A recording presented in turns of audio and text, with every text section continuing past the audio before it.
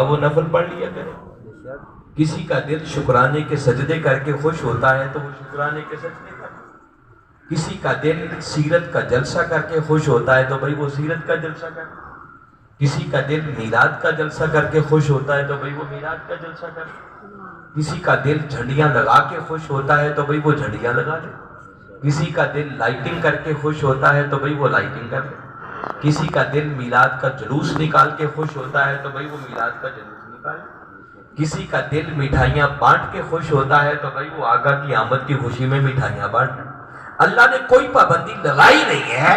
وہ کہتا ہے کہ بابا جیسے تمہارا رانجھا راضی ہوتا ہے ویسے ہی کر لو، مگر میرے مصطفیٰ کی آمد پر خوشیاں ضرور کرو. وہ کہتا ہے کسی کا کوئی بہانہ اور عذر رہے ہی نہ، بس ایک بات پیش نظر رہنی چاہیے کہ حرام کام نہیں ہونا چاہیے، ناجائز کام نہیں ہونا چاہیے. دیکھو نا ہمارے بیٹوں کی شادیاں ہوں، ہم اس وقت لائٹنگ بھی کرتے ہیں، پورے بازار سجاتے ہیں، جھنڈیاں بھی لگاتے ہیں، لوگوں کو مٹھائیاں بھی بانٹتے ہیں، سب کچھ کریں، اور آقا کا میلاد کا وقت آ جائے خوشی کا تو دل فتوے ڈھونڈتا پھرے. تو بات فتووں کی نہیں ہے، فتوے وہی تلاش کرتا ہے جس کا دل عشق مصطفیٰ سے خالی. اگر دل میں آقا کی محبت اور عشق حقیقی معنوں میں موجود ہو تو عشق بہانے تلاش نہیں کرتا، عشق فتوے نہیں ڈھونڈتا، عشق تو بہانے تلاش کرتا ہے کہ یار کی آمد پر خوشی کرنی کیسے.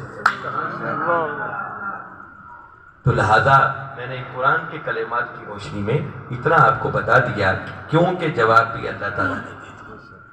ویسے اس آیت کریمہ پر بہت سی بات ہو سکتی ہے، کچھ میں آپ کے لیے ہوم ورک کے طور پر چھوڑ رہا ہوں.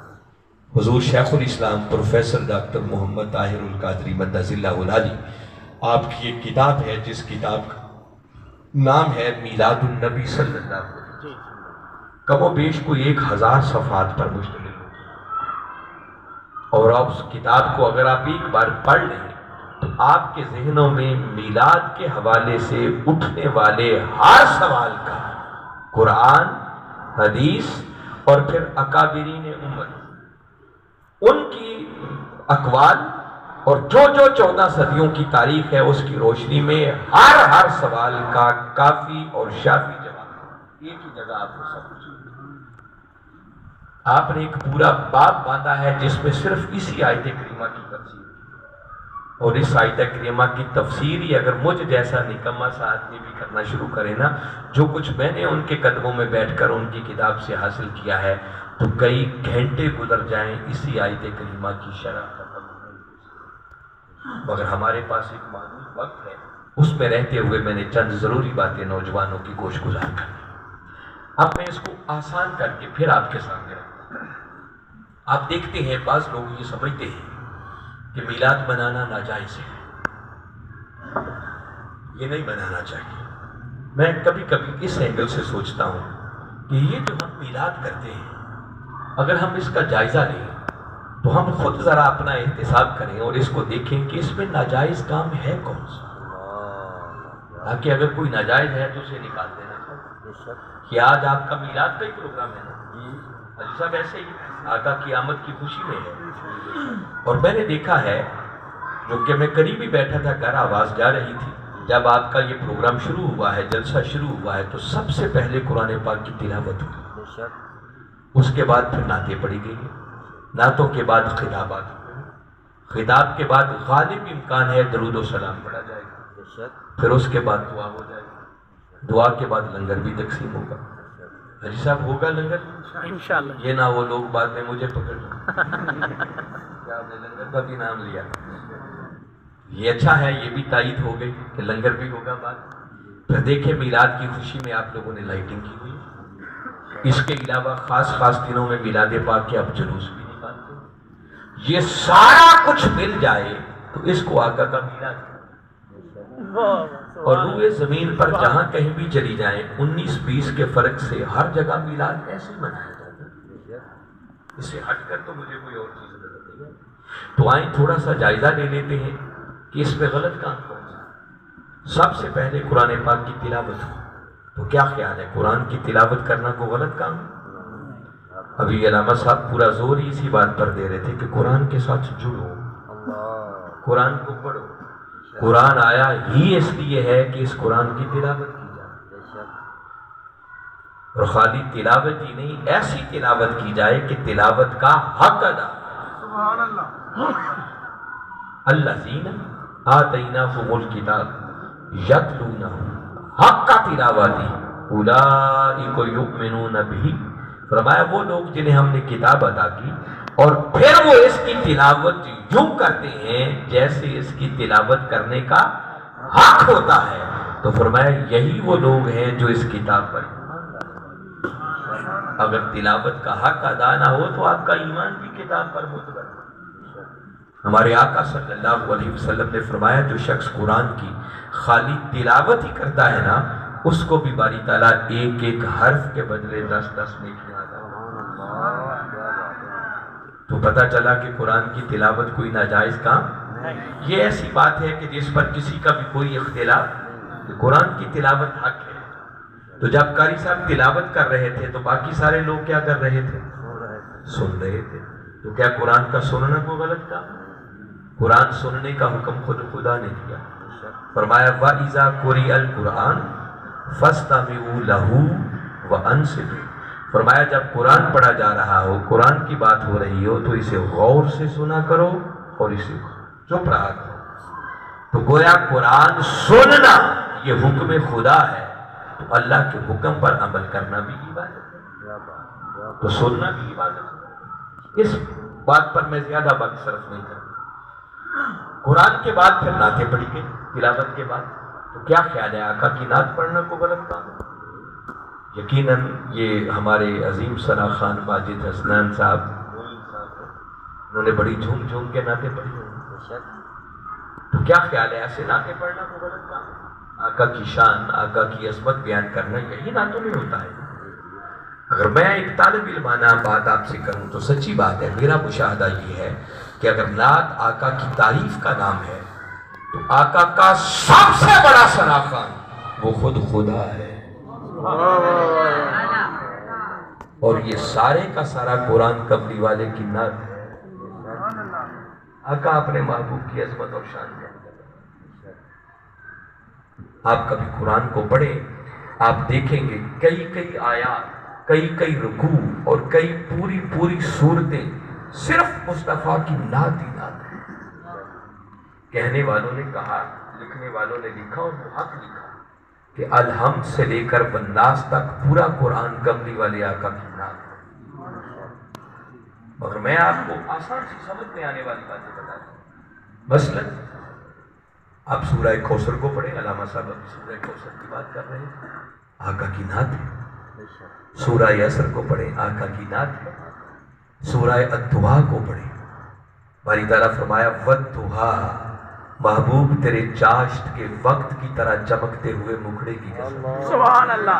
وَاللَّيْلِ اِذَا سَجَا، اور تیری رات کی تاریکی کی طرح سیاہ زلفوں کی قسم جب وہ تیرے شانوں پہ بکھر جائے. سبحان اللہ. مَا وَدَّعَكَ رَبُّكَ وَمَا قَلَىٰ، محبوب تیرے رب نے نہ تجھے چھوڑا ہے نہ تجھ سے ناراض ہوا ہے.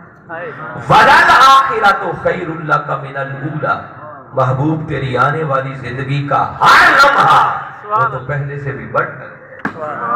وَلَسَوْفَ يُؤْتِيكَ رَبُّكَ فَتَرْضَىٰ، اور ان قریب تیرا رب تجھے اتنا عطا کرے گا کہ تو اپنے رب سے راضی. سبحان اللہ. اچھا نشارن والوں دیانتداری سے بتاؤ، میں نے جتنی چند آیتیں یہ پڑھی ترجمہ بھی کر، ان میں کوئی نماز کا مسئلہ ہے، کوئی روزے کا مسئلہ، کوئی زکوٰۃ کا مسئلہ، کوئی حج عمرے کی بات، کوئی اور تعلیم؟ کیا ہے؟ باری تعالیٰ محبوب کے مکھڑے کی بات کر رہے ہیں، زلف واللیل کا تذکرہ کر رہے ہیں، آقا کی عظمتیں اور شانیں بیان کر رہے ہیں. تو مجھے بتائیں یہ کملی والے کی نعت نہیں ہے تو پھر کیا ہے؟ اور نعت کسی سورہ احزاب کو پڑھے، میں 3 آیتیں صرف پڑھتا ہوں، مجھے ترجمے کی بھی ضرورت نہیں ہے. آپ کا دل خود گواہی دے گا کہ اس سے بڑھ کر آقا کی نعت کیا ہو.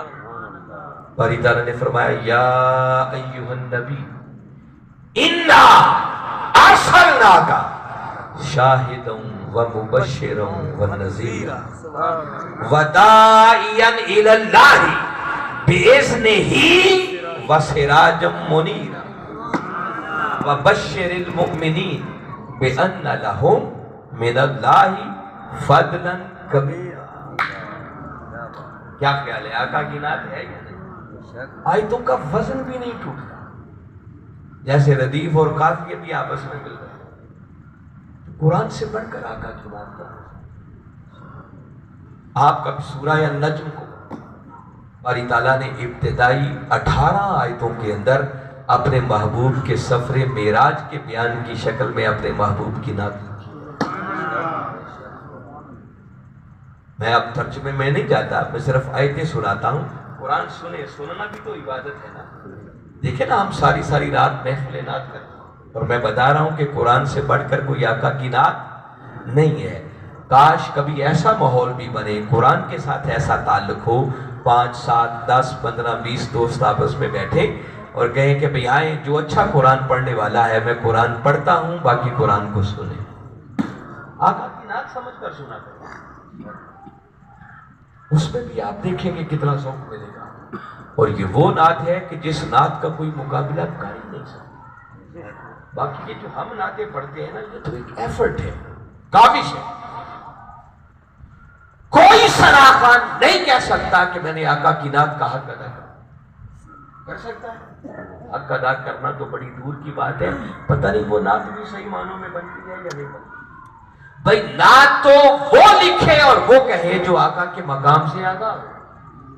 اور میرے آقا نے خود فرمایا، یا ابا بکر لم یعرفنی حقیقتاً سوا، ابو بکر سن لے، میری حقیقت کو سوائے میرے رب کے اور کوئی نہیں جانتا۔ سبحان اللہ، نعرہ تکبیر، رہبر رہنما مصطفیٰ۔ تو جب جانتا ہی کوئی نہیں تو کس کی مجال جو آقا کی نعت کا حق ادا کر سکے؟ اور قرآن یہ کملی والے کی وہ نعت ہے جو کملی والے آقا کے خالق نے لکھی، بنانے والے نے لکھی، جس سے بڑھ کر آقا کے مقام کو بنانے جاننے والا بلکہ مقام دینے والا ہی وہ ہے۔ اس نعت کا تو مقابلہ ہی کوئی نہیں، اور اسی نعت سے ہم کٹے ہوئے، اس نعت سے جڑے اگر نعت کا ذوق تو میں صرف آیتیں پڑھتا ہوں۔ اب غور کریں کہ کیسے باری تعالیٰ نے محبوب کا سفر معراج بیان کیا، جس کو جتنی سمجھ آ جائے۔ تفصیل میں جانے کا میں اس کی وضاحت شروع کروں گا تو پھر ایک اور مضمون شروع ہوگا۔ باری تعالیٰ نے فرمایا وَالنَّجْمِ إِذَا هَوَىٰ، چلے پہلی آیت کا ترجمہ کرتا ہوں۔ باری تعالیٰ نے فرمایا محبوب وَالنَّجْمِ إِذَا هَوَىٰ، قسم ہے اے چمکتے ہوئے ستارے محمد صلی اللہ علیہ وسلم تیری، کہ جب تو شب معراج مجھے ملنے کے لیے آ رہا تھا تو تیرے آنے کی ادا بھی کتنی بھلی لگ رہی تھی۔ سبحان اللہ، سبحان اور اللہ۔ اسی ہوا کے اندر پلٹ کے جانے کا معنی بھی ہے۔ اور محبوب جب تو پلٹ کے جا رہا تھا تو تیرے جانے کا سما بھی کتنا اچھا لگا۔ ما ضل صاحبکم وما غویٰ وما ینطق عن الہویٰ ان هو الا وحی یوحیٰ علمہ شدید القویٰ ذو مرہ فاستویٰ وہو بالافق الاعلیٰ ثم دنا فتدلی فکان قاب قوسین او ادنیٰ۔ چند بیٹھ جاؤ بیٹھ جاؤ بیٹھ جاؤ۔ اب پیسے دینے کو شوق ہے تو سارے ایک ہی بار دیں، نہیں تو ادھر سامنے آ کے بیٹھ جاؤ، بس ادھر بیٹھو سامنے آ کے، شاباش۔ اب پیسے دینے کے لیے کوئی نہیں اٹھے گا بھائی، یہ ایک ہی بچے نے سب کا حق ادا کر دیا۔ وہ کہے کفارہ ادا کر دیتے ہیں، ایک ہی بندہ سب کی طرف سے یہ کفارہ ادا۔ اب آپ دھیان سے سنیں میں کیا کہہ رہا ہوں۔ پیسے دینے کا مقصد تو میری حوصلہ افزائی ہے نا، تو میری حوصلہ افزائی چاہتے ہیں تو پیسوں سے نہیں، میری بات کو دھیان سے سنیں۔ جس مقصد کے لیے آپ لوگوں نے اتنی محنت، وہ آپ غور سے سنیں گے تو اس سے بڑی میری حوصلہ افزائی ہوگی۔ تو میں عرض یہ کر رہا تھا کہ ذرا غور کریں باری تعالیٰ نے کس محبت بھرے انداز میں یہ مضمون بیان کیا ہے۔ فرمایا ثم دنا فتدلی فکان قاب قوسین او ادنیٰ فاوحی الی عبدہ ما اوحی ما کذب الفؤاد ما رأی اور آگے فرمایا افتمارونہ علی ما یری. یہ بڑا کمال کا جملہ ہے. باری تعالیٰ نے سوالیہ انداز میں پوچھ رہے ہیں. فرمایا افتمارونہ علی ما یری. ارے نادانوں کیا تم اس بات پہ جھگڑتے ہو جو کچھ میرے محبوب نے دیکھا؟ اللہ کو معلوم تھا نا کہ لوگ بعد میں جھگڑے کریں گے, کوئی کہے گا دیکھا, کوئی کہے گا نہیں دیکھا. اللہ نے قرآن میں لکھا. پنجابی میں ایک کہاوت ہے, حضور شیخ الاسلام نے اس کی وضاحت کی ایک موقع پر. پنجابی میں کہتے ہیں کہ جنج پر آئی احمق نچے. حاجی صاحب ایسے ہی ہے, اس کا مطلب معنی آتا ہے بچوں کو؟ بھائی نہیں آتا, میں ان بچوں کے لیے بتا. جنج کہتے ہیں بارات کو, کسے کہتے ہیں؟ پرائی کا مطلب کسی کی. احمق کہتے ہیں بیوقوف کو, اور نچے یہ ناچنے سے نکلا. اب تو زمانہ بدل گیا ہے, دیر ہو گئی ہے مجھے ایسے مناظر دیکھے, مگر میں نے خود اپنے بچپن میں یہ مناظر دیکھی. دیہاتوں کے اندر جب کسی کی بارات روانہ ہونے لگتی تو پنجابی میں کہتے تھے جنج چڑھتی. کیا ہوتا تھا؟ جب کسی کی جنج چڑھتی, بارات نکلتی نا, تو وہ ڈھول شول بجتا. تو کئی ایسے دیوانے بھی ہوتے کہ جن کا نہ کوئی تعلق, نہ واسطہ, نہ لینا نہ دینا, وہ خواہ مخواہ میں ایسے بھنگڑا ڈالنا شروع کر. چلو جن کی ہے وہ تو ناچیں, تو جن کا تعلق واسطہ ہی کوئی نہیں, بس وہ ایسے ہی ذوق میں آ جاتا. تو وہاں سے کہاوت بنی کہ جنج پر آئی احمق نچے, کہ جنج کسی کی ہے, بارات کسی کے, اور یہ بیوقوف خواہ مخواہ میں بھنگڑا ڈالتا جا رہا. بس بلا تشبیہ و بلا مثال میں بتا رہا ہوں, کچھ ایسی ہی بات اس آیت کریمہ کے اندر ہے. باری تعالیٰ فرما رہے ہیں افتمارونہ علی ما یری. ارے نادانوں, شب معراج اپنا آپ دکھایا میں نے اپنے محبوب کو, دیکھا میرے محبوب نے. تم خواہ مخواہ میں کس بات پہ جھگڑتے پھرتے ہو کہ دیکھا یا نہیں؟ سبحان اللہ, سبحان اللہ. فرمایا کیا تم اس بات پہ جھگڑتے ہو جو کچھ میرے محبوب نے دیکھا؟ اور اگلی آیت میں فرمایا وَلَقَدْ رَآهُ نَزْلَةً أُخْرَى. ارے جھگڑتے تو تب جو ایک بار دیکھا ہوتا. وہ میرے محبوب نے ایک بار تھوڑی دیکھا, جب وہ پلٹ کے واپس آ رہا تھا تو اس نے نزول کرتے ہوئے مجھے دوسری بار پھر دیکھا. مولا وہ دوسری بار کہاں دیکھا؟ آگے اس نے جگہ بھی بتا دی. فرمایا عند سدرۃ المنتہی. پلٹتے ہوئے جب میرا محبوب سدرۃ المنتہی پہ آیا نا, تو وہاں آ کے اس نے مجھے پھر دیکھا. مولا وہ سدرۃ المنتہی کہاں ہے؟ اس نے پوری لوکیشن بھی سمجھا دی. اور آگے فرمایا عندہا جنت المأوی. وہ سدرۃ المنتہی جس کے نزدیک جنت مأوی. مولا اس وقت ماحول کیا تھا؟ تو فرمایا اس یکش سدرۃ ما یکشا. اس وقت اس سدرہ کو ڈھانپا ہوا تھا جس شے نے بھی ڈھانپا ہوا. وہ ڈھانپنے والے ملائکہ تھے جنہوں نے اللہ کی بارگاہ میں عرض کی تھی کہ مولا جس محبوب کی خاطر تو نے کائنات کو بنایا ہے تو کبھی ہمیں بھی تو اس کی ایک جھلک کروا. تو باری تعالیٰ نے فرمایا کہ فرشتوں آج کی رات سارے سدرہ پر جمع ہو جاؤ, میرا محبوب جب مجھے مل کر واپس آئے گا وہ یہاں رک کر پلٹ کے مجھے دیکھے گا, تم میرے مصطفیٰ کو تک. تمہاری بات بھی بن جائے گی, میری بات بھی بن جائے گی. پھر وہاں آ کے کیسے دیکھا؟ باری تعالیٰ نے وہ دیکھنے کا منظر آگے آیت میں بیان کیا اور فرمایا ما زاغ البصر وما طغى. پھر میرے محبوب نے یوں دیکھا کہ نہ آنکھ جھپکی اور نہ حد سے بڑھا. مجھے بتائیں یہ محبوب کی نعت نہیں ہے تو کیا ہے؟ اگر قرآن ہی کی شکل میں یوں نعتیں سناتا جاؤں نا تو آپ کی رات بیت جائے مگر مصطفیٰ کی نعت ختم. تو نعت خود خدا پڑھتا ہے, اور صرف خدا ہی نہیں پڑھتا. یاد رکھیں میں بالکل شارٹ کر رہا ہوں, جو میں نے ایک کتاب کا نام لیا نا حضور شیخ الاسلام کی کتاب میلاد النبی صلی اللہ علیہ وسلم, اس میں آپ نے پھر ایک بات کہا, اور اس بات کے اندر آپ نے کم و بیش کوئی 42 کے لگ بھگ ایسے ثناخانوں کے نام اور ان کے کلام جمع کیے ہیں جو کملی والے آقا صلی اللہ علیہ وسلم کی ظاہری حیات مبارکہ کے اندر نعتیں لکھتے بھی تھے اور نعتیں پڑھتے بھی. یہ نعتیں پڑھنا کوئی نیا کام اس دور میں بھی ہوتا ہے. میں ایک معروف سی نعت آپ کو یاد دلاتا ہوں جس کا کوئی شخص رد نہیں کر سکتا, وہ اتنی معروف بات ہے. کئی بار ایسا ہوتا صحابہ کرام کا اجتماع ہوتا, ہمارے آقا صلی اللہ علیہ وسلم جلوہ افروز ہوتے, باقاعدہ ممبر لگتے, اور ممبر لگنے کے باوجود آقا نیچے جلوہ افروز ہوتے, اور آپ حضرت حسان کو بلاتے اور بلا کر حکم دیتے کہ حسان میرے ممبر پر چڑھ جاؤ, اور ممبر پر چڑھ کر ذرا مجھے میری نعت سنا. پھر حضرت حسان ممبر پر چڑھ جاتے, آقا سامنے جلوہ افروز ہوتے, وہ آقا کے مکھڑے کو تک بھی رہے ہوتے, اور آقا ہی سے مخاطب ہو کر نعت کیا پڑھتے, عرض کرتے وَأَحْسَنُ مِنْكَ لَمْ تَرَ قَطُّ عَيْنِي, کہ آقا آپ جیسا حسین آج تک میری آنکھ نے دیکھا ہی نہیں. سبحان اللہ سبحان اللہ. وَأَجْمَلُ مِنْكَ لَمْ تَلِدِ النِّسَاءُ, اور آقا آپ جیسا جمیل آج تک کسی ماں نے جنا ہی نہیں. خُلِقْتَ مُبَرَّأً مِنْ كُلِّ عَيْبٍ, اور اللہ نے ہر نقص اور عیب سے آپ کو اس طرح پاک پیدا فرمایا ہے, کَأَنَّكَ قَدْ خُلِقْتَ كَمَا تَشَاءُ, اور لگتا ہے کہ اللہ نے آپ کو آپ سے پوچھ کر بنایا کہ محمود تجھے کیسا. سبحان اللہ سبحان اللہ سبحان اللہ.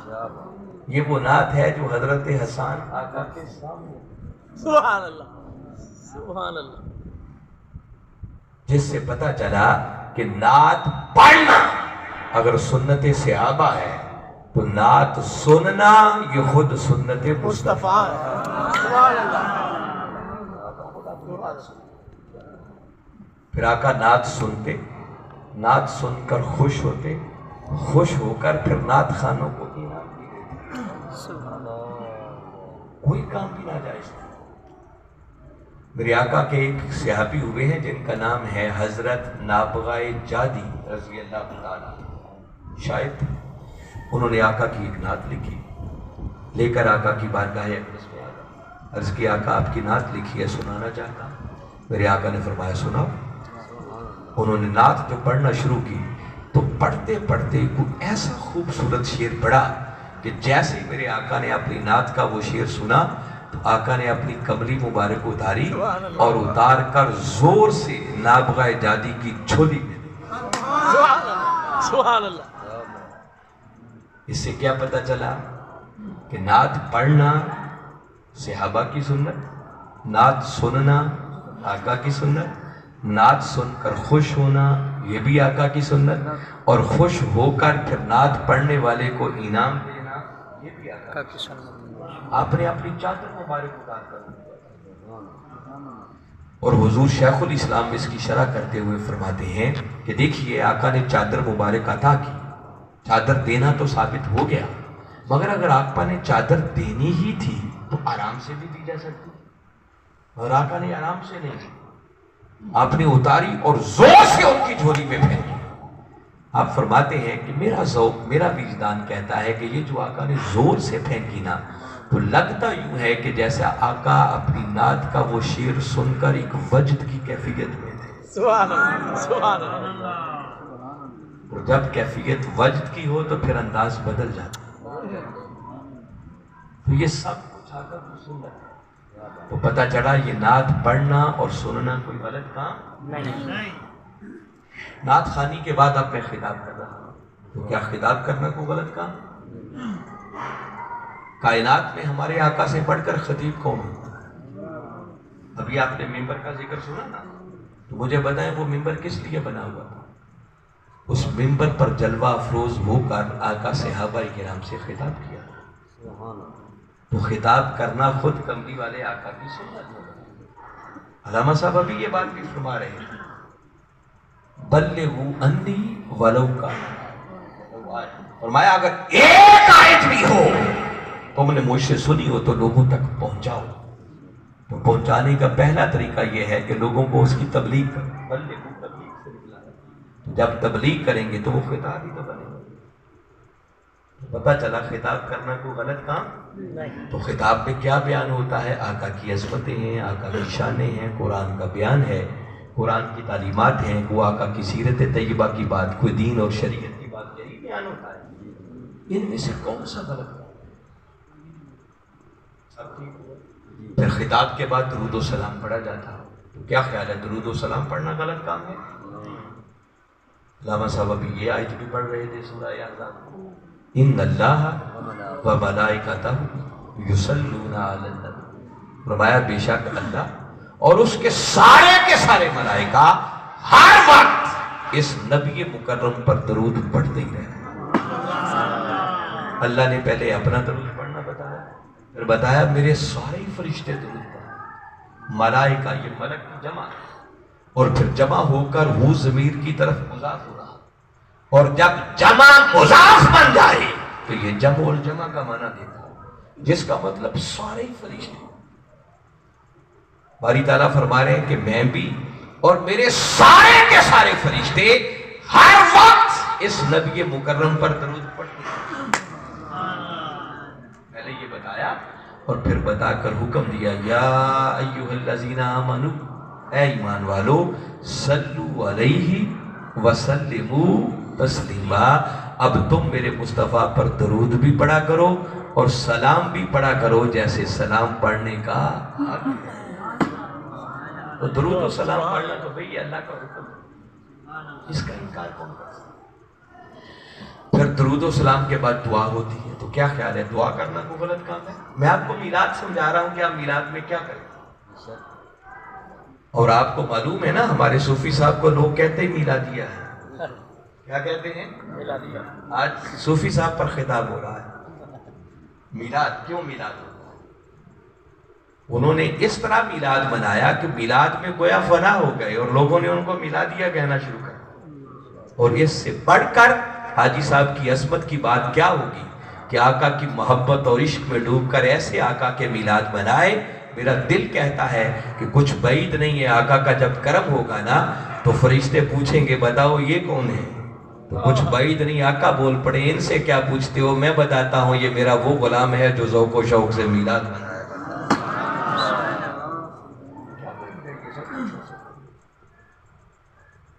تو میں یہ بتا رہا ہوں کہ یہ سب کچھ اس میں دیکھیں خود فیصلہ کریں۔ تو دعا کرتے ہیں تو کیا دعا کرنا غلط کام ہے؟ قرآن پاک کو آپ مطالعہ کریں، قرآن نبیوں کی دعاؤں سے بھرا پڑا، ہر نبی نے مانگا دعا کی۔ اب میں ان تفصیلات میں نہیں جاتا، یہ ایسی باتیں ہیں جن سے کوئی انکار نہیں کر سکتا۔ آپ نماز کے بعد کتنی دعائیں ہیں جو انبیاء علیہ السلام کی ہیں۔ آدم علیہ السلام نے دعا کی، ربنا ظلمنا انفسنا وَإِن لَّمْ تَغْفِرْ لَنَا وَتَرْحَمْنَا لَنَكُونَنَّ مِنَ الْخَاسِرِينَ۔ دعا کی۔ ابراہیم علیہ السلام نے دعا مانگی، آپ نماز میں پڑھتے رب اجعلنی مقیم الصلاۃ ومن ذریتی ربنا وتقبل دعا ربنا اغفر لی ولوالدی وللمؤمنین یوم یقوم الحساب۔ یہ ابراہیم علیہ السلام کی دعا ہے، رب سے مانگ رہے ہیں، تو رب سے مانگنا ہے نا، اور کیسے مانگنا؟ باری تعالیٰ نے حکم دیا محبوب کو، قل رب زدنی علما، محبوب یوں دعا کیا کر، مولا میرے علم میں عطا کر۔ موسیٰ علیہ السلام دعا کر رہے، رب انی ظلمت نفسی فاغفر لی، مولا اپنی جان پر ظلم کر بیٹھا، عجزی ہے، الغرض کہ قرآن نبیوں کی دعاؤں سے بھرا پڑا ہے اور دعا کرنا غلط کام نہیں ہے۔ دیکھو دنیا دار سے مانگے نا، ممکن ہے ایک بار مانگے وہ خوش ہو کے دے دے، دوسری بار مانگے پھر دے دے، اور اگر کوئی بار بار مانگے وہ ناراض ہو۔ مگر اللہ کی ذات وہ ہے کہ اس کا جو بندہ اس سے جتنا مانگتا ہے وہ اس سے اتنا ہی خوش ہوتا ہے۔ اللہ سے بھی مانگیں گے تو کیسے مانگیں؟ پھر بعد میں لنگر بھی آپ نے بانٹنا ہے، تو کوئی کہے لنگر کیوں بانٹتے؟ صحابہ کرام بیٹھے ہیں، آقا جلوہ افروز ہے، کسی نے عرض کیا آقا ذرا ارشاد فرمائیں بہترین اسلام کیا ہے؟ میرے آقا نے فرمایا تطعم الطعام وتقرأ السلام علی من عرفت ومن لم تعرف۔ فرمایا بہترین اسلام یہ ہے کہ دوسروں کو کھانا کھلایا جائے اور جو ملے اسے سلام کیا جائے، خواہ تم اسے جانتے ہو یا نہیں جانتے۔ پہلے نمبر پر تطعم الطعام، کھانا کھلانے کو آقا نے پہلے نمبر پر بہترین۔ پتہ چلا یہ بھی کوئی ناجائز کام. پھر آپ میلاد کی خوشی میں یہ لائٹنگ کرتے. کوئی کہے یہ لائٹنگ کہاں لکھا؟ تو یاد رکھیں یہ جو ہم لائٹنگ کرتے ہیں یہ تو چھوٹے چھوٹے بلب لگا کے آپ کرتے ہیں. یہ کیا لائٹنگ ہے؟ لائٹنگ تو وہ تھی جو آقا کے میلاد کی رات خود خدا نے کر رکھی. ہم نے کیا لائٹنگ؟ ہمارے آقا صلی اللہ علیہ وسلم کے دادا جان کون؟ حضرت عبد المطلب رضی اللہ عنہ کہتے ہیں جس رات میرے پوتے کی ولادت ہوئی میں اللہ کے گھر خانہ کعبہ کا طواف کر رہا. رات کا پچھلا پہر تھا. کہتے ہیں اچانک میری نظر کعبے پر جو پڑی ایک منظر تو میں نے یہ دیکھا کہ اس وقت کعبہ خود میرے گھر کی طرف جھک رہا. اور کہتے ہیں اچانک میں نے نظریں اٹھا کر اوپر جو دیکھا تو اس وقت آسمان کے ستارے اتنے نیچے آ گئے تھے, قریب آ گئے تھے کہ یوں لگتا تھا کہ کہیں ہمارے اوپر گری نہ پڑے. یہ کوئی عام بچہ بات نہیں کر رہا. آپ کے دادا جان کہہ رہے ہیں. ذرا سوچو نا وہ کتنے کے قریب آ گئے تھے کہ جن کو دیکھ کر آپ فرما رہے ہیں کہ ایسے لگتا تھا کہیں ہمارے اوپر گری نہ پڑے. ذرا چشم تصور میں لاؤ کہ جب آسمانی کائنات کے ستاروں کو اللہ نے زمین کے قریب کر دیا ہوگا تو پوری کائنات ہی جگمگ کر رہی ہوگی اور ہر طرف لائٹنگ ہی لائٹنگ ہوگی. آپ کی والدہ ماجدہ سیدہ آمنہ رضی اللہ تعالیٰ عنہ وہ بتاتی ہیں, کہتی ہیں کہ جس لمحے میرے لخت جگر کی ولادت تو کہتی ہیں مجھ سے ایک ایسا نور خارج ہوا کہ جس نور کی وجہ سے کائنات کی ہر شے اس قدر چمک اٹھی کہ فرماتی ہیں میں نے اپنے بند کمرے میں بیٹھ کر شام کے محلات کو بھی دیکھا. سبحان اللہ سبحان اللہ. جو اس لائٹنگ کا عالم کیا ہو, ان روشنیوں کا. کوئی پوچھے جلوس کیا نکالتے ہو تو میں اس پر بھی ایک ایمانت روز بات آپ کو بتاتا ہوں. جب ہمارے آقا صلی اللہ علیہ وسلم مکہ سے ہجرت کر کے مدینہ تشریف لے جانے لگے تو مدینہ کے لوگوں کو یہ خبر تھی کہ آقا نے کس دن مکہ سے روانہ ہو. کچھ لوگ مل کے گئے تھے, ان کے ساتھ ایک پلان طے ہو گیا اور ان کو یہ بھی خبر تھی کہ کوئی مکہ سے چلے تو کتنے دنوں میں مدینہ پہنچ جاتا. آنے جانے والے لوگ تھے, اندازہ تھا, مگر ایک درمیانی پلان کا ان کو معلوم نہیں تھا. وہ آقا نے ان سے ڈسکس نہیں کیا. وہ یہ تھا کہ آپ گھر سے تو نکل پڑے مگر گھر سے نکلے تو سیدنا صدیق اکبر رضی اللہ تعالیٰ عنہ کو ساتھ لیا اور لے کر سیدھا غار ثور میں تشریف لے گئے. 3 دن اور 3 راتیں وہاں لگے. اب اس پلان کا مدینہ والوں کو پتا, وہ مدینہ میں منتظر تھے کہ آقا چلے ہوئے ہیں تو اب آنا چاہیے. وہ 3 دنوں تک ہر روز گھروں سے ناشتے کر لیتے اور کر کے مدینہ کی بستی سے باہر آ جاتے, ٹیلوں پہ چڑھ کر آقا کی راہ تکتے. اب تو وہ راہ تکنے کا بھی رواج ہی ختم ہو گیا. اب ان بچوں کو تو یہ بھی نہیں پتا کہ راہ بھی کبھی کو کسی کی تکتا, کیونکہ موبائل ٹیلی فون نکل آئے. اب کوئی کسی کی راہ تکتا ہی نہیں, گھر بیٹھ کے فون پہ رابطہ ہوتا. چلنے والا بھی بتاتا ہے جی اب یہاں پہنچ گیا ہوں, یہاں پہنچ گیا ہوں, یہاں پہنچ گیا ہوں.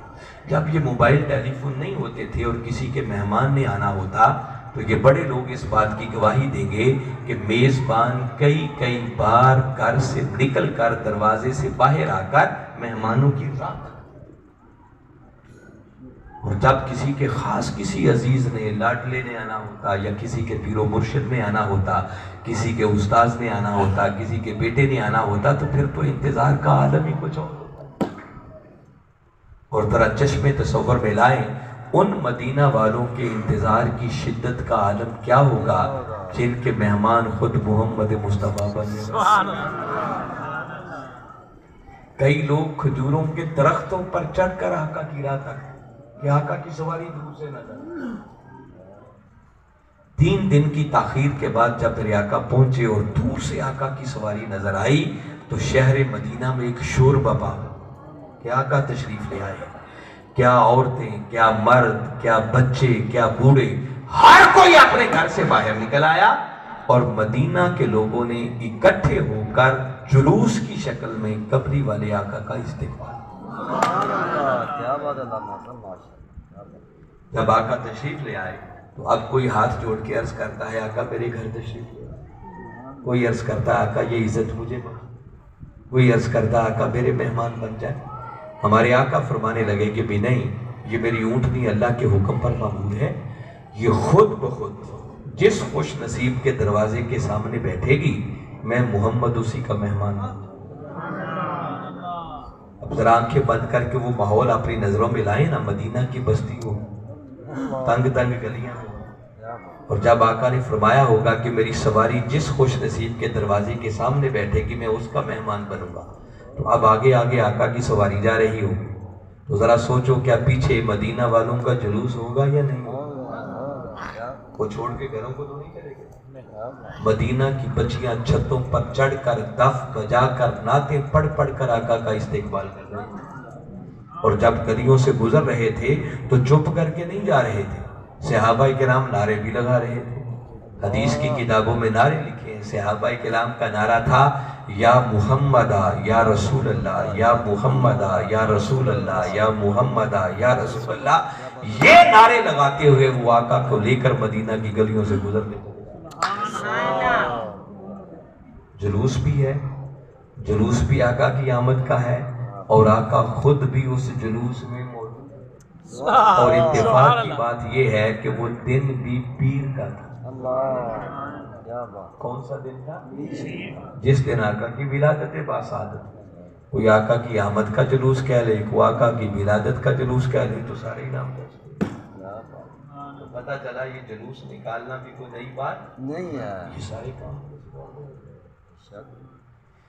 پھر ایک سوال جو میں نے بتایا کہ کئی لوگوں کے ذہنوں میں یہ خیال آتا ہے کہ بھئی یہ میلاد ناجائز اس لیے ہے کہ یہ آقا کے دور میں کوئی نہیں تھا، کیونکہ ایک ذہن میں سوال بنتا ہے، ڈسٹرب کرتا ہے۔ میں پہلے آپ کو ایک اصولی سی بات بتا دوں کہ اگر کوئی شخص یہ کہے کہ میلاد ناجائز ہے اس لیے چونکہ آقا کے دور میں نہیں تھا، اتنی بات سن کے سمجھ آئے کہ اس بیچارے کا علم سے دور دور تک بھی کوئی واسطہ نہیں ہے۔ یہ بات کوئی جاہل کر سکتا ہے، عالم ایسی بات نہیں کر سکتا کہ ہم جائز اس کو مانتے ہیں جو آقا کے دور میں تھا، جو آقا کے دور میں نہیں تھا معاذ اللہ سب کچھ ناجائز ہے۔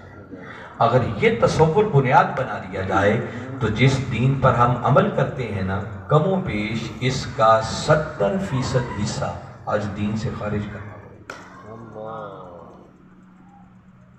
یہ کچھ نہیں ہے۔ آپ کہیں گے کیسے؟ میں زیادہ تفصیل میں نہیں جاتا، صرف ایک ہی مثال آپ کو دیتا ہوں۔ یہ قرآن، اللہ کا قرآن جس خوبصورت شکل میں 2 جلدوں کے اندر موٹے موٹے حروف، پھر نیچے ترجمہ بھی لکھا ہوتا ہے، رنگین پرنٹنگ، جس خوبصورت شکل میں یہ قرآن آج ہمارے ہاتھوں میں ہے، ہمارے آقا کے دور میں ایسا کوئی قرآن موجود نہیں تھا۔ میرے آقا صلی اللہ علیہ وسلم نے تو اپنی ظاہری حیات مبارکہ کے اندر اس قرآن کو ایک جگہ پر جمع بھی نہیں کروایا۔ کھجور کی چھال پر، چمڑے پر، مختلف جگہوں پر قرآن کے حصے لکھے ہوتے، کچھ حصہ کسی صحابی کے گھر ہوتا، کچھ کسی کے گھر ہوتا، کچھ کسی کے گھر۔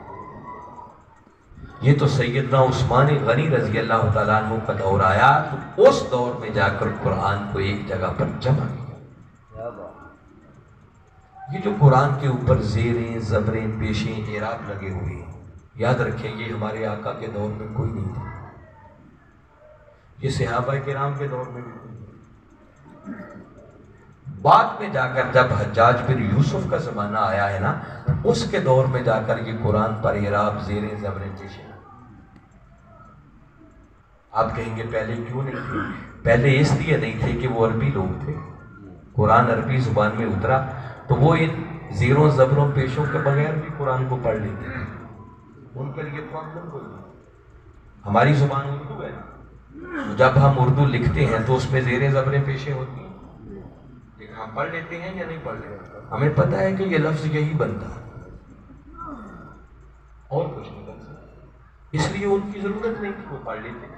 یہ تو جب قرآن عربیوں سے نکل کر اجمیوں تک پہنچا، جن کی زبان عربی نہیں تھی، ہم جیسے لوگوں تک دور دراز پہنچا، تو تب یہ خوف پیدا ہوا، خطرہ پیدا ہوا کہ جن کی زبان عربی نہیں ہے اگر اس کے اوپر زیریں زبریں پیشیں نہ لگائی گئی تو لوگ غلط پڑھنا شروع کر دیں گے، ہر کوئی اپنے اپنے طریقے سے پڑھنا شروع کر دے گا، تو ساری امت کو ایک قرات پر جمع رکھنے کے لیے، ایک طریقے پر جمع رکھنے کے لیے حجاج بن یوسف کے زمانے میں اس قرآن پر اعراب لگایا۔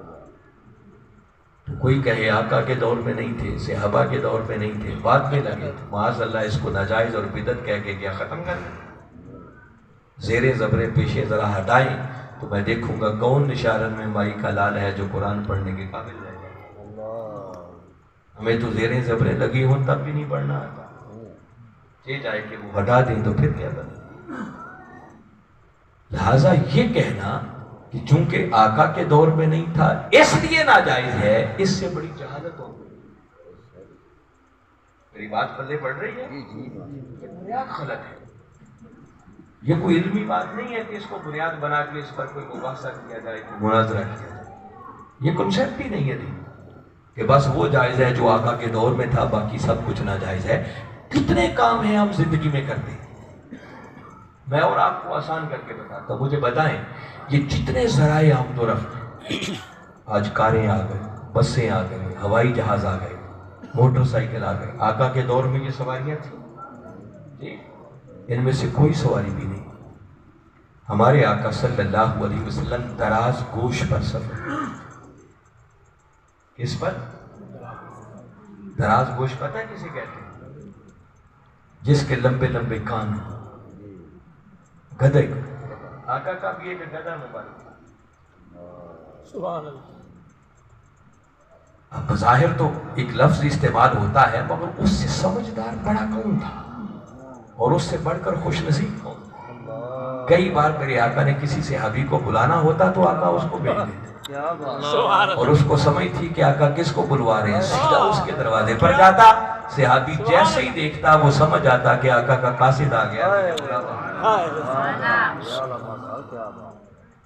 تو آقا دراز گوش پر سفر کرتا، تو آقا کے دور میں یہ کوئی سواری نہیں تھی، تو معاذ اللہ پھر ساری سواریوں کو ختم کر دینا چاہیے کہ یہ بدعت ہے، ناجائز ہے، کیوں کار پہ بیٹھے ہیں، کیوں موٹر سائیکل پہ بیٹھے ہیں۔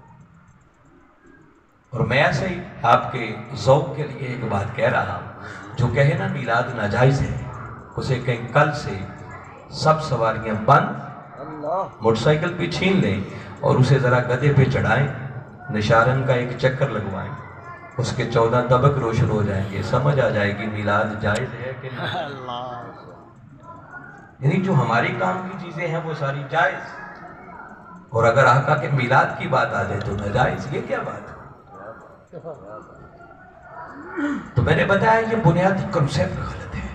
اب رہ گئی بات کہ میلاد آقا کے دور میں تھا یا نہیں، تو دور تو ایک طرف رہا، آقا نے خود بھی اپنا میلاد منایا، بس طریقہ اپنا اپنا تھا، کیونکہ اللہ نے کسی طریقے پر کوئی پابندی، وہ کہتا خوشی کرو، بس پابندی کوئی نہیں ہے، طریقہ کوئی بھی جائز ہو سکتا۔ تو ہمارے آقا صلی اللہ علیہ وسلم، ہم تو سال بعد میلاد کرتے ہیں نا، آقا ہر ہفتے میلاد کرتے ہیں۔ کیسے؟ ہمارے آقا صلی اللہ علیہ وسلم ہر پیر والے دن روزہ رکھتے تھے۔ کسی نے سوال کیا کہ آقا آپ ہر پیر والے دن ہی روزہ کیوں رکھتے ہیں؟ تو کئی جواب ہو سکتے تھے، مگر قربان جائیں جو آقا نے جواب دیا، فرمایا اس لیے کہ پیر والے دن میں پیدا ہوا اپنی ولادت سے، آپ اپنی ولادت کی خوشی میں شکرانے کے طور پر روزہ رکھتے۔ پھر آقا جب مکہ سے ہجرت کر کے مدینہ تشریف لے گئے تو میرے آقا نے باقاعدہ بکرے ذبح کر کے دعوت کا اہتمام کیا اور ولادت کی خوشی میں مدینہ کے لوگوں کو کھانا دیا۔ کوئی بھی نیا کام۔ پھر کوئی کہے کہ اچھا صحابہ کرام کے دور میں میلاد نہیں، وہ ہم چونکہ ایک خاص طریقے سے لے لیتے ہیں نا تو کہتے ہیں نہیں تھا۔ تو میں آپ جو بھی بات سمجھاتا ہوں، اگر کوئی سمجھنا چاہے تو موجود سب کچھ ہے۔ ابھی میں نے تھوڑی دیر پہلے آپ کو ایک ایمان افروز منظر بتایا، صحابہ کا اجتماع ہوتا، ہمارے آقا جلوہ افروز ہوتے، باقاعدہ ممبر لگتا اور حضرت حسان ممبر پر چڑھ کر آقا کی نعتیں کرتے۔ کیا کرتے؟ آقا کی۔ اب صحابہ سامعین ہو گئے، آقا صدر مجلس ہو گئے، حسان بن ثابت ثنا خان ہو گئے، تو مجھے بتائیں صحابہ کا اجتماع، آقا صدر مجلس، حضرت حسان نے جب نعتیں پڑھ دی تو آقا کا میلاد نہ ہوا تو کیا ہوا؟ میلاد کو 12 ربیع الاول کوئی تھوڑا ہے، جب دیکھو نا آج ہم میلاد کر رہے ہیں، آج کو 12 ربیع الاول، جب چاہیں آقا کا میلاد کریں۔ تو یہ سب کچھ جو کرتے ہیں یہ موجود تو ہوتا تھا۔ خیر وقت خاصا زیادہ ہو رہا ہے، میں آخری سوال پر مختصراً روشنی ڈال کے پھر بات کو سمیٹتا ہوں۔ تھک تو نہیں گئے بھائی؟ اگر حاجی صاحب نہیں تھکے تو باقی کیسے تھکے؟ پتہ لگنا ہمیں چاہیے کہ فریش بندے ملتے ہیں۔ نعرہ تکبیر، نعرہ رسالت، نعرہ تحقیق، نعرہ حیدری، نعرہ غوثیہ، اللہ محمد چار یار حاجی خواجہ کتب فرید۔ اچھا یہ سوال بڑا اہم ہے، اس کے لیے بڑا وقت درکار ہے۔ صرف اسی ایک سوال پر اگر گفتگو کی جائے نا تو اس کے لیے کم از کم گھنٹہ سوا گھنٹہ چاہیے۔ اگر میں اتنا ٹائم نہیں لوں گا پریشان نہیں ہوں، میں انشاءاللہ تھوڑے وقت کے اندر بس اتنا قصہ سمجھا دوں کہ جس سے بات آپ کے ذہن میں بیٹھ جائے۔ تو سوال اہم یہ ہے کہ کئی لوگوں کے ذہنوں میں خیال آتا ہے کہ 12 ربیع الاول کے دن اگر آقا کی ولادت باسعادت ہے تو اسی دن آپ کا وصال مبارک ہے۔ عجیب بات ہے کہ ہم خوشی کر لیتے ہیں تو وصال پر غم کیوں نہیں؟ خوشی کیوں کرتے ہیں اس کا جواب تو میں نے دی تھی کہ آقا کے میلاد پر خوشی اس لیے کرتے ہیں کہ خوشی کرنے کا حکم خدا نے دیا۔ رہ گئی بات کہ آقا کے وصال مبارک پر غم کیوں نہیں کرتے، تو نشارن والوں یاد رکھو، ہم آقا کے وصال مبارک پر غم اس لیے نہیں کرتے کہ ہمارے آقا آج بھی ہمارے اندر موجود ہیں۔ کیا خیال ہے یا نہیں؟ سمجھتا ہے ہیں بلا ہاتھ کھڑا کرے۔ پکی بات؟ ماشاءاللہ عقیدہ آپ کا پکا ہے، اللہ آپ کو اس عقیدے پر قائم رکھے۔ تو دیکھو نا کوئی موجود بھی ہو اور کوئی غم کرتا پھرے تو کوئی عقل مندی کی بات، ایسے بندے کا علاج کروانے کی ضرورت۔ غم وہ کریں جن کا رسول چلا گیا۔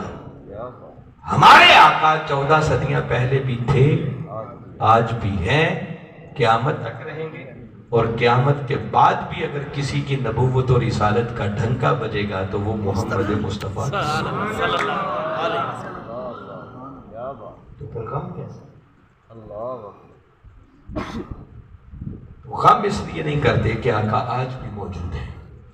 یہ میں نے بتایا ایک الگ سبجیکٹ ہے، قرآن زور دے کے کہہ رہا ہے، سورہ حجرات آیت نمبر 7 ہے، فرمایا وَعْلَمُوا أَنَّ فِيكُمْ رَسُولَ اللَّهِ۔ اس کے پہلے مخاطب صحابہ کرام، مگر قرآن کا کوئی حکم کسی جگہ پر رکتا پھر وہ جنرلائز ہو جاتا۔ 14 صدیاں بیت گئی مگر قرآن کے الفاظ بدلے نہیں، نہ آئندہ بدلیں گے۔ قرآن ہر دور کے لوگوں سے مخاطب ہو کر یوں ہی کہتا رہے گا وَعْلَمُوا، اس دور کے رہنے والوں جان لو، اس بات کو اپنے من کی تختیوں پر لکھ لو، کیا اَنَّ فِيكُمْ رَسُولَ اللَّهِ، کہ بے شک تمہارے اندر اللہ کا رسول موجود ہے۔ کیسے موجود ہے؟ موجودگی کی بہت ساری شان۔ آقا اپنی شان نبوت اور رسالت کے ساتھ آج بھی ہمارے اندر موجود ہے۔ آقا اپنی شان رحمت کے ساتھ آج بھی ہمارے اندر موجود ہے۔ آقا اپنی شان شفاعت کے ساتھ آج بھی ہمارے اندر موجود ہے۔ آقا اپنی شان توسل کے ساتھ آج بھی ہمارے اندر موجود ہے۔ کئی شکلیں آقا کی موجود ہیں۔ دیکھو نا، اگر آقا بالکل چلے گئے ہوتے، آپ کی نبوت اور رسالت ختم ہو چکی ہوتی تو کسی نئے نبی کو بھیجا جاتا۔ تو کسی نئے نبی کا نہ آنا اس بات کی دلیل ہے کہ آقا آج بھی شان نبوت اور رسالت کے ساتھ ہمارے اندر۔ آقا اپنی سیرت طیبہ کے ساتھ، اپنے اسوہ حسنہ کے ساتھ آپ مدعے مطلق ہیں، آج بھی آپ ہی کی اتباع کرتے ہیں۔ تو آپ بڑی شانوں کے ساتھ ہمارے اندر موجود ہیں۔ میں تو آپ رات گئے میں اس کی تفصیل میں نہیں جا رہا، میں نے بتایا یہ الگ سبجیکٹ ہے۔ میں سادہ سی بات، موٹی سی بات کرتا ہوں۔ دیکھو نا کلمہ طیب پڑھتے ہیں، کیا کہتے ہیں؟ لا الہ الا اللہ محمد رسول اللہ۔ کیا معنی ہے اس کا؟ اللہ کے سوا کوئی عبادت کے لائق نہیں. محمد صلی اللہ علیہ وسلم اللہ کے رسول کوئی تھے کہتا ہے؟ کیوں بھائی ذیشان صاحب؟ کوئی تھے کہتا ہے؟ ہر کوئی کیا کہتا ہے؟ محمد اللہ کے رسول ہیں. تو بھائی جب وہ ہیں تو پھر مانو نا کہ وہ آج بھی ہیں. جب وہ ہیں تو پھر غم کیسے؟ تو ہم غم اس لیے نہیں کرتے کہ آقا آج بھی ہمارے اندر موجود. آپ نے اگر غور کیا ہو تو میں نے جتنی بار ذکر کیا ہے میں نے کہا ہے آقا کا وصال مبارک. کیا کہا ہے؟ اور آپ بھی ایسے کہتے ہو. تو وصال مبارک کا کیا معنی ہے؟ کہ آپ کا وصال بھی برکت والا ہے. کیا ہے وہ؟ برکت والی چیزوں پر غم. آقا نے خود فرمایا حیاتی خیر لکم و مماتی خیر لکم. میں ظاہری طور پر تمہارے اندر تھا تو یہ بھی خیر تھی، اب پردہ کر کے آگے گیا ہوں تو یہ بھی تمہارے لیے خیر. تو خیر کے کاموں پر کوئی غم نہیں. ایک جگہ پر ایک بندے نے کھڑے ہو کے سوال کر دیا. اس نے کہا علامہ صاحب اتنا زور تھی کہ کہہ رہے ہیں کہ وہ موجود ہیں تو پھر نظر کیوں نہیں آتے؟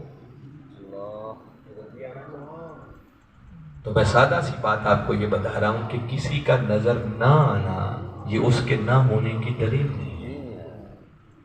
اس کائنات میں کروڑوں حقیقتیں ایسی ہیں جو بندے کو آنکھوں سے نظر نہیں آتی مگر ہم اسے مانتے ہیں. بے شک. یہ علامہ صاحب نے دیکھو کتنی پتہ کی بات کی ہے. بتائیے اللہ نظر آتا ہے؟ اللہ ہے یا نہیں؟ نظر بھی نہیں آتا مگر مانتے ہیں. بے شک.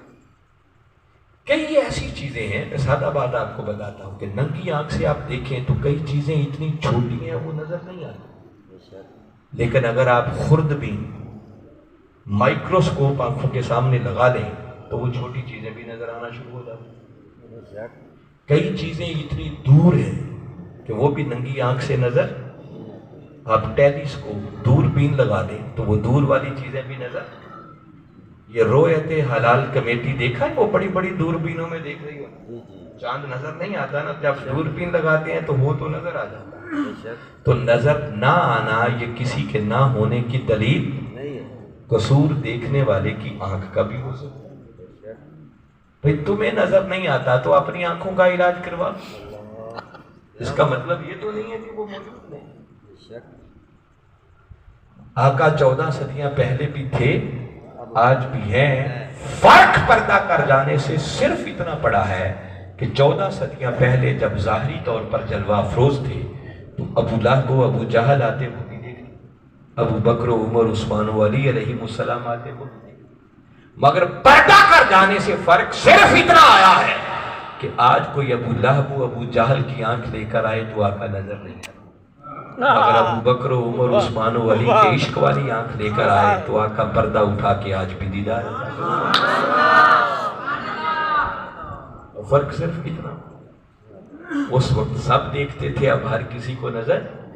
پوچھئے مولانا عبد الرحمن جامی سے، کہتے ہیں میں نے اپنی زندگی میں خواب میں نہیں جاگتے ہوئے 72 مرتبہ کملی والے آقا کی زیارت کی.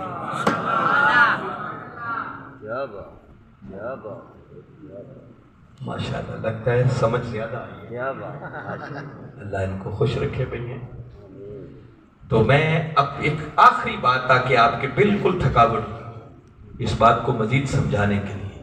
ویسے تو اب زمانہ پھر بہت بدل گیا ہے. ایک دور ہوتا تھا جس دور میں ریڈیو کیا ہوتے تھے. اب ریڈیو بھی ہر کسی نے نہیں دیکھا ہوگا. پرانے دور میں وہ ایک ڈبہ سا ہوتا تھا، ایک سائڈ پہ اس کا بٹن ہوتا تھا، گھماتے تھے تو اس کی سوئی موو کرتی تھی آگے پیچھے. پھر ایک سکرین سی ہوتی تھی جس پہ نمبر لگے ہوتے تھے.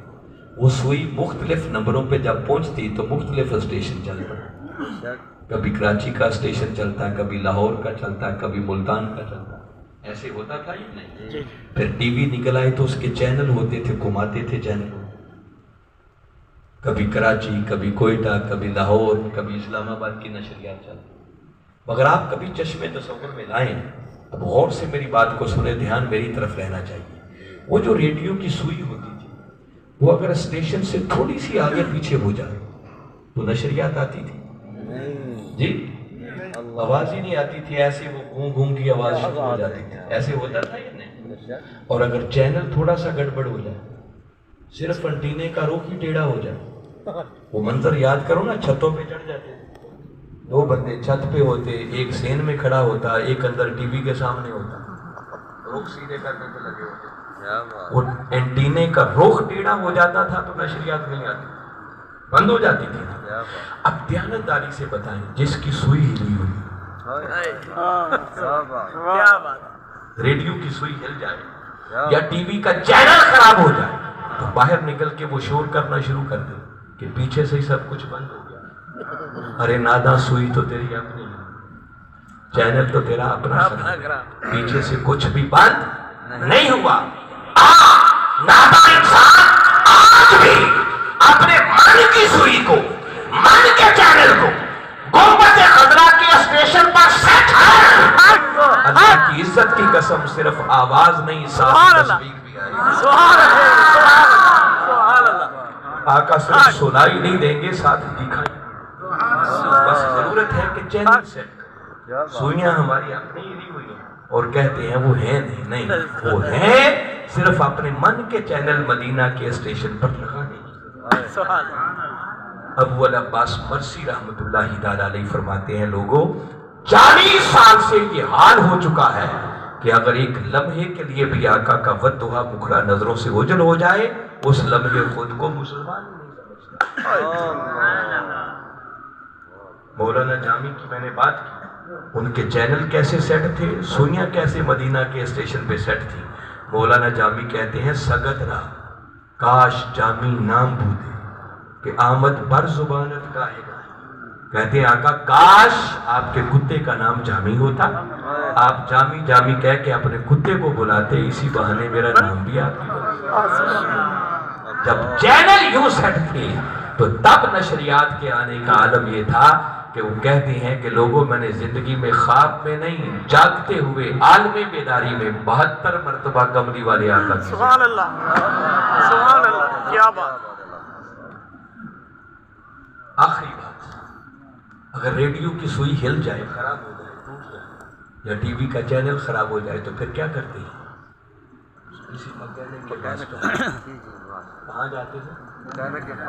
اور اگر کوئی کہے کہ نہیں گھر بیٹھ کے میں خود ہی ٹھیک کر لیتا تو مجھ جیسا اناڑی تو بیڑا ہی غرق کرے گا، رہی صحیح کسر بھی نکالے گا۔ اگر من کی سوئی خراب ہو جائے اور من کا چینل مدینہ کے اسٹیشن پہ نہ لگ رہا ہو تو من کے چینل اور من کی سوئیاں گنبد خضرا کی اسٹیشن پہ لگانے کے لیے پھر اللہ کے ولی ہو، پھر کسی اللہ والے کی صحبت میں، اللہ والے کی مجلس میں جائیں، کسی اللہ والے کے قدموں سے جڑے، اگر اس کی توجہ ہو گئی تو وہ ایک لمحے میں تمہارے من کے چینل کو مدینہ کے سبحان اللہ، سبحان اللہ۔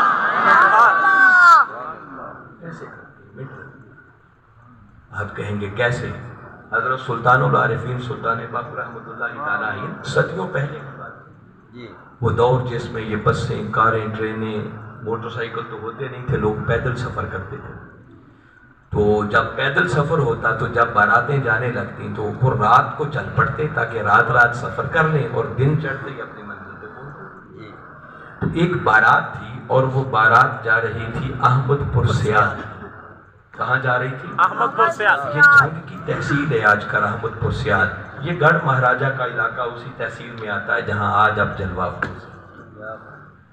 اس علاقے میں احمد پور سیال شہر میں انہوں نے جانا تھا، بس اس علاقے سے گزر رہے تھے، رات کی تاریکی تھی اور وہ بارات راستہ بھول گئی۔ رات کی تاریکی، اندھیرا، بیچارے پریشان کھڑے ہیں کہ اب راستہ کس سے؟ بس اسی حیرانگی میں کھڑے تھے کہ اچانک کانوں میں آواز پڑی کہ قریب ہی کچھ فاصلے پر کوئی اللہ کا نیک بندہ ہے، اپنے کھیتوں میں ہل بھی چلا رہا ہے اور ساتھ اللہ اللہ کا ذکر کر رہا ہے، اور وہ حضرت سلطان العارفین سلطان باقر رحمت اللہ۔ سوچا کہ اللہ کا نیک بندہ ہے، چلو ان سے راستہ پوچھیں۔ چلے گئے، جا کے پوچھا بابا جی ہم نے احمد پور جانا تھا، راستہ بھول گئے ہیں، اگر راستہ بتا دیں گے؟ آپ سن کے فرمانے لگے اسی انتظار میں تو ہوں کہ کوئی تو آئے جو احمد پور کا راستہ پوچھے۔ اللہ نے ایک ہی تو ڈیوٹی لگائی ہے لوگوں کے، احمد پور کے راستے ہی تو بتاتے ہیں۔ عرض کرنے لگے اچھا بابا جی پھر ہم نے احمد پور جانا ہے ذرا راستہ بتا دیں. فرمایا بتانا کیا ہے, آؤ تمہیں پہنچا ہی دیتا ہوں. فرمایا میرے پیچھے پیچھے آ جاؤ, دائیں بائیں دیکھنے کی ضرورت نہیں ہے, رات کی تاریکی تھی, نظر تو آتا کوئی نہیں تھا, بس چند قدم جو چلے نگاہیں اٹھا کر جو دیکھا تو سامنے گنبد خزرہ. سبحان اللہ سبحان اللہ سبحان سادہ لوگ دیکھ کے دنگ رہ گئے, بابا جی کہاں لے آئے. اللہ اس وقت تو کوئی خال خال قسمت سبحان والا اللہ مدینہ جاتا سبحان اللہ. آج تو راستے بڑے آسان ہو گئے, ٹی وی پہ لوگ دیکھتے رہتے ہیں.